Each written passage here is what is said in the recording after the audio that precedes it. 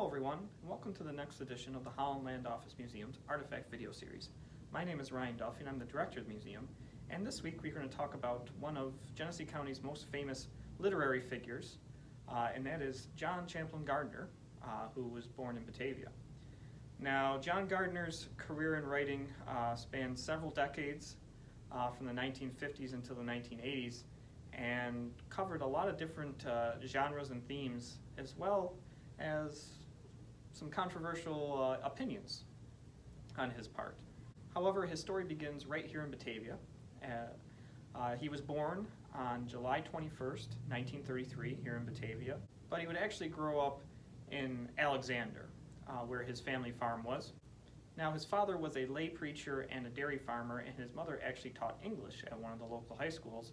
And this is where John's love of the English language and writing came from. Both of his parents were very fond of Shakespeare and would often recite poetry and Shakespeare's works to him as a child. He would also be heavily involved in the local Boy Scout troop and would even reach the rank of Eagle Scout. Though the family lived in Alexander, John would actually attend school in Batavia until his high school years, when the school districts were reformed and he would actually attend Alexander High School. However, one of the seminal moments of his life, a rather tragic moment in his life, would occur when he was 12 years old in 1945, when he was working on his father's farm. Young John was driving a tractor that was pulling a cultipacker farming implement, and tragedy struck when his brother Gilbert was actually caught in the machine and killed. And this left a traumatic effect on John, and you would actually see it throughout his writings later in life as it continued to pop up in various stories. John would carry the guilt of his brother's death throughout the rest of his life, and it would cause him to have nightmares and vivid flashbacks of the event, and this had a profound effect on him. After high school, John would attend DePauw University, though he would not complete his studies there, as he would move on to Washington University in St. Louis and graduate with his bachelor's in 1955. The following year, he would get his master's, and then after that, his PhD from the University of Iowa. Following the completion of his PhD, John would teach at several universities across the United States, first being Chico State in California. Then he would move on to Oberlin College in Ohio, then back to California for San Francisco State College, then to Southern Illinois, and finally back home in New York at Binghamton University. During his lengthy time in the academic world, he would write basically in three different areas of literature. The first being fiction, which he's probably best known for, but he gained the most notoriety in writing about the writing process, as well as studying literary figures from the past. We'll begin with his more literary criticism works.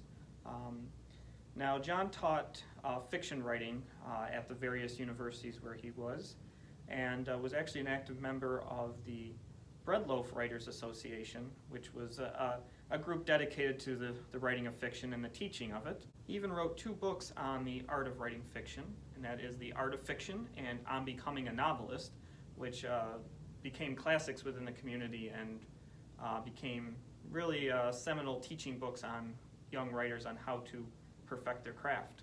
And in these books, he really pressed home his style of writing. He was very obsessed over his work and trying to perfect it and creating as smooth a theme and writing style as possible. And these are the tenets he tried to pass on through these works. In 1978, Gardner was pressed into the spotlight as his latest work on moral fiction created a rather large controversy in the mainstream media. This came to a head when he went on the Dick Cavett Show in May 1978. During the interview, he talked about his lack of respect for many contemporary artists, particularly someone like John Updike, and he thought that this backlash from his criticisms caused his own book sales to be lower amongst critics. However, this was not entirely the case, as many critics actually loved his works that came after this interview. And one of those critics that came not to his defense, but often attacked his work, was the author Gore Vidal. Vidal would call Gardner's novels sanctimonious and pedantic. Gardner also wrote a great deal on the scholarship of English literature. Came out most poignantly in 1977 when he wrote The Life and Times of Chaucer, focusing on the early English bard's work and how his life experiences played into that. Though this again showed up with some controversy, as There was speculation and claims that he had plagiarized some parts, though they were never substantiated. And it was through his study of Chaucer's work that he came up with a truism that there are only two plots in literature. One is a character taking a journey, and the second is a new person coming into town. And this basically would play out through his teachings and his own works in many ways. Now we'll finally move on to what Gardner's probably best known for, and that is his works of fiction. And this is what got him his most notoriety amongst the general public and the literary community. Now, his first major work of fiction to be published was The Resurrection in 1966, but he would continue on through the 1970s and 1980s publishing rather well-received works that somewhat focused in our local area here, going back to his roots.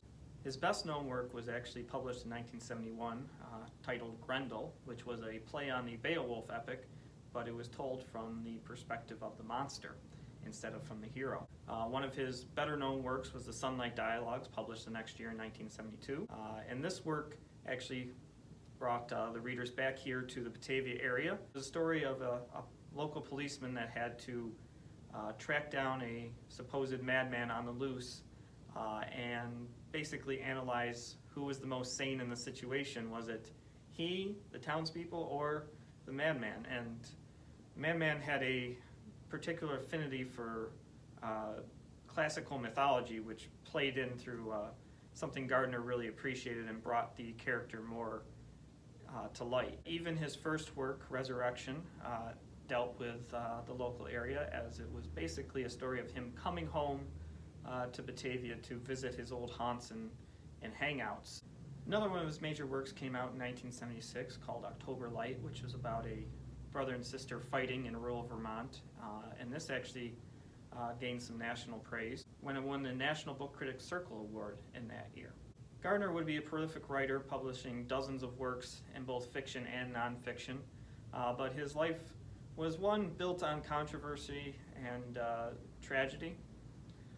He was married twice, and both ending in divorce, and was actually soon to be married for a third time when he was killed in a tragic motorcycle accident in northern Pennsylvania while teaching at Binghamton University. The accident happened on September 14, 1982. Gardner was driving his 1979 Harley-Davidson motorcycle in the early afternoon when he lost control of it, ran into the dirt shoulder, and eventually hit a guardrail and was killed. He is one of Genesee County's probably most famous writers and authors, and his works brought attention to our local area as he kind of went back to his childhood. And it's he was someone who left a lasting impact on the area. Now, we do have a few of his copies of his books here at the museum in our own research library. So some of the books we have on display here, and I'll give you a close-up of them. We have the Sunlight Dialogues, which was one of his early well-known works. We have Nickel Mountain, which came after that. October Light, one of his other very well-known works. Then we have The Life and Times of Chaucer, which was one of his scholastic works, so not a piece of fiction, and actually the only one we have that isn't a piece of fiction. And then Freddie's book, which was one of his later works. I hope you enjoyed this edition of our Artifact video series, and we hope that you join us for the coming weeks as we keep doing this. But in case you missed any previously, as we've covered nearly 50 topics up to this point, you can go to our YouTube channel, Holland Land Office Museum, and check them all out. And there's even a nice little playlist there for you, so you can watch them all in order if you like. But we hope that you enjoyed this edition, and in case you find anything very interesting, be sure to stop by the museum and check them out in person.